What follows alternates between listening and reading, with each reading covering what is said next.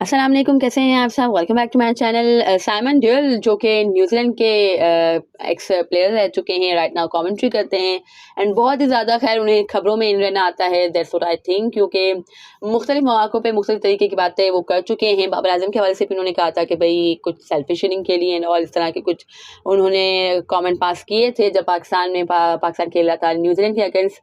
और है कि उन्होंने इस तरह के कुछ कमेंट्स पास किए थे। फिर विराट कोहली पे उन्होंने इसी तरह के कमेंट पास किए थे कि भाई सेल्फिश इनिंग है एंड ऑल।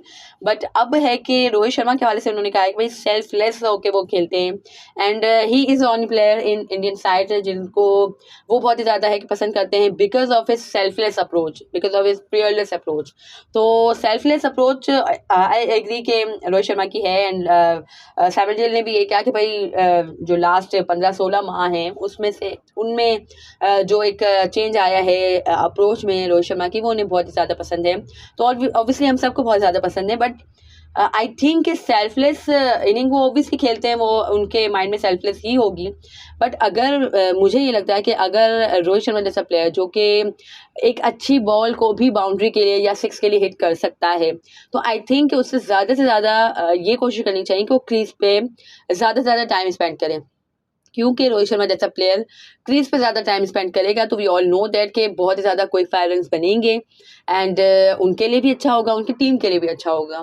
और है कि पूरे वर्ल्ड कप में हमने देखा कि रोहित शर्मा सेट हो जाते हैं, अच्छे रन्स करते हैं। आई थिंक जस्ट एक ही उनकी कुछ 100 थी बांग्लादेश के अगेंस्ट, इसके अलावा कोई है कि या अफगानिस्तान के against, I don't know exactly, but एक 100 कुछ उन्होंने स्कोर की थी। इसके अलावा कुछ एक आधी 50 है, इतने ज़्यादा है कि इम्पैक्टफुल रन वो बेशक करते थे। बट वही बात है, मेरा ये पॉइंट ये है कि अगर आप के अंदर कैपेबिलिटी है कि आप किसी भी बॉल को आप सिक्स या बाउंड्री के लिए हिट कर सकते हो, तो आपको वहाँ पे ज़्यादा से ज़्यादा टाइम स्पेंड करना चाहिए। आपको मेरिट पे बॉल को खेलना चाहिए, आपको हर बॉल के लिए हिट नहीं मारनी चाहिए।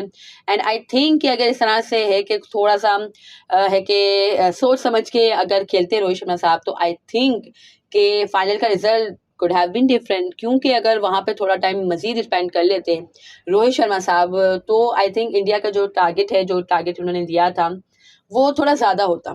और अगर तो थोड़ा ज़्यादा टारगेट होता तो ऑब्वियसली ऑस्ट्रेलिया को मसाइल का सामना करना पड़ता, क्योंकि इंडिया की बॉलिंग बहुत ही ज़्यादा अच्छी जा रही थी उस वक्त। और खैर नॉर्मली अच्छी है इंडिया की बॉलिंग, बट उसमें माइंड ब्लोइंग वर्ल्ड कप में उनके सारे बॉलर्स ने बॉलिंग की है।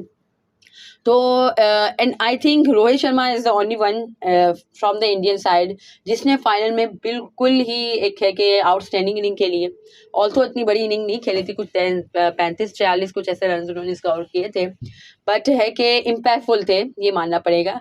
और है कि he was the only one जो फ्रीली खेल रहे थे, कोई प्रॉब्लम उनको नहीं हो रही थी। यानी रोहित शर्मा के जाने के बाद हमने यही बात की कि जस्ट 4 बाउंड्रीज लगी थी 40 ओवर में। एंड क्या हो गया था, इंडिया की अप्रोच को बिल्कुल ही टिमिड हो गए थे, चाहे वो विराट कोहली हों, चाहे वो केएल राहुल हों, चाहे वो सूर्या कुमार यादव हों, जो कि समझे जाते हैं भाई हार्ड हिटर समझे जाते हैं, बट उनसे भी शॉट्स नहीं लग रही थी।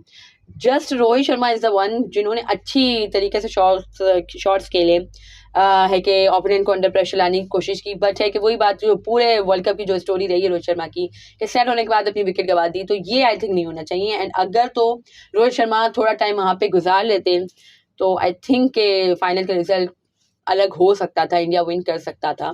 सो खैर that was it and that is my point of view. अगर आपका इसके हवाले से कोई और मौक़िफ़ हो तो ज़रूर कमेंट सेक्शन में बताइएगा and do subscribe to my channel for more such content. अल्लाह हाफ़िज़।